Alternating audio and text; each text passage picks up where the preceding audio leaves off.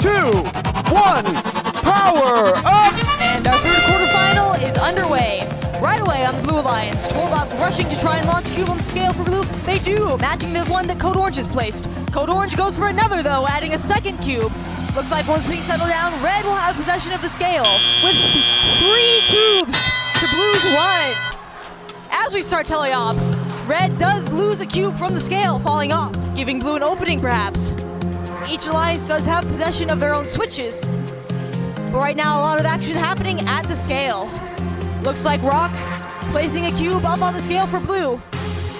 Griffin Gears over there for Red though, quickly countering that. Red does have the advantage on the scale, and Griffin Gears hoping to grow that lead.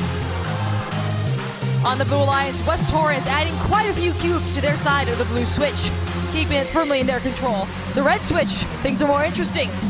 Looks like Torbots maintaining control, but Red is actively trying to take that away from them. With a minute 30 left to go in the match, Red has kept control of the scale and Code Orange is adding to that lead. Meanwhile on Red, Griffin Gear is now over at the Blue switch, trying to take possession away from the Blue Alliance. Looks like once they start to land some more cubes, they might do that, but not if Torbots have something to say about it. West Torrance on the Blue Alliance has been pushing cubes into the exchange for Blue. Blue has now activated a Levitate power-up. On the Red side, not much action in the exchange yet, but a lot of fighting going on over the Red switch. Looks like Red does not have control of their own switch, but they do have a firm lead on the scale. With a minute left to go, Blue is leading by about 30 points. The score is going to be close. Triton Tech now trying to put cubes in the exchange for Red. They don't have any yet, so they will need those if they want power-ups later on in the match. Right now, all the robots are over on the Red side. Lots of action going on. Red still does not own their own switch. West Torrance piling onto the Blue side, making it hard to take back. And we're moving into the final 30 seconds. Right away, Griffin Gear on the Red Alliance, getting ready to line up and climb. Torbot's not done with power cubes yet, trying to launch one on the Blue side of the scale, but Red still has control. Griffin Gear now letting down, hoping to climb with Triton Tech, their alliance partners. With 15 seconds left to go, Triton Tech getting into position. Meanwhile, over on the Blue side, West Torrance trying to get caught onto the rung. Not aligned yet, though. On Red, Griffin Gear starting to lift up. They fall back to the ground, though, in just 3, 2, 1. We'll see if they made it in time. Griffin Gear falling over at the end of the match.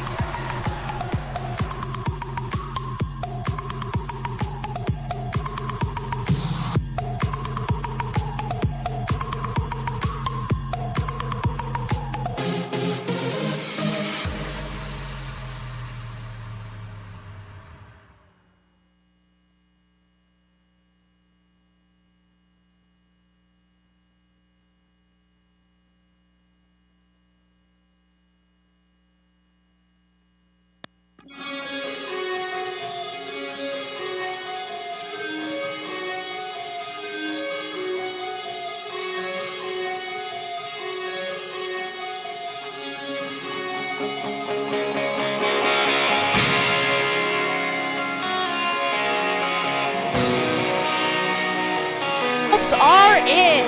It is the Red Alliance winning with the score of 325 to 248. Let's take a look now with RSN. Red Alliance getting the win there with a very dramatic climb, Steve.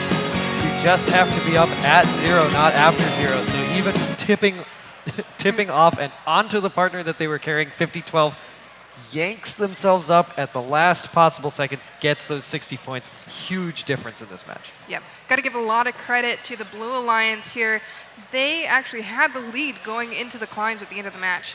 I think what was keeping Red closer to Blue was a little lack of scale discipline. At one point during the match, they were 3 cubes ahead on the scale, and they still put another cube up while they had lost their own switch. So that the accrual of points from your own switch is what keeps your distance from an alliance that doesn't have the scale. So they kind of let the score look a lot deflated during the match by continuing to put cubes up when they needed to put a couple cubes onto that harder to stack switch plate. Right. There is also some very smart, well-timed use of the Force power-up by the Blue Alliance. They could pull it off in the second matchup. In the second match of this round, I expect to see 3476 run their 3-cube auto again. And this time, if they keep all 3 up there, they might have the confidence to leave the scale a little bit more and protect their own switch. Well, we'll get back to the second match of this one in a few matches. Let's take a look at quarterfinal 4, 6v3. What are we looking? The number 3 seed here, 330, has built themselves a powerful alliance that really uses 330's capabilities to their fullest. They're the ones doing the scale autonomous. They're the ones picking up 1 or possibly 2 robots. What they have in their partners are 2 robots that have shown themselves to be excellent at scoring on switches. So they might be trying to go just by themselves, hold the scale after an autonomous advantage there. Right. Alliance 6 is looking at a similar build-up. 1836 has proven themselves